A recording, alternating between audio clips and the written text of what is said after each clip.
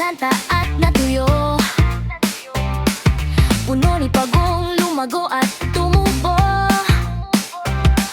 Umakyat ang unggoy, saging ay kinain.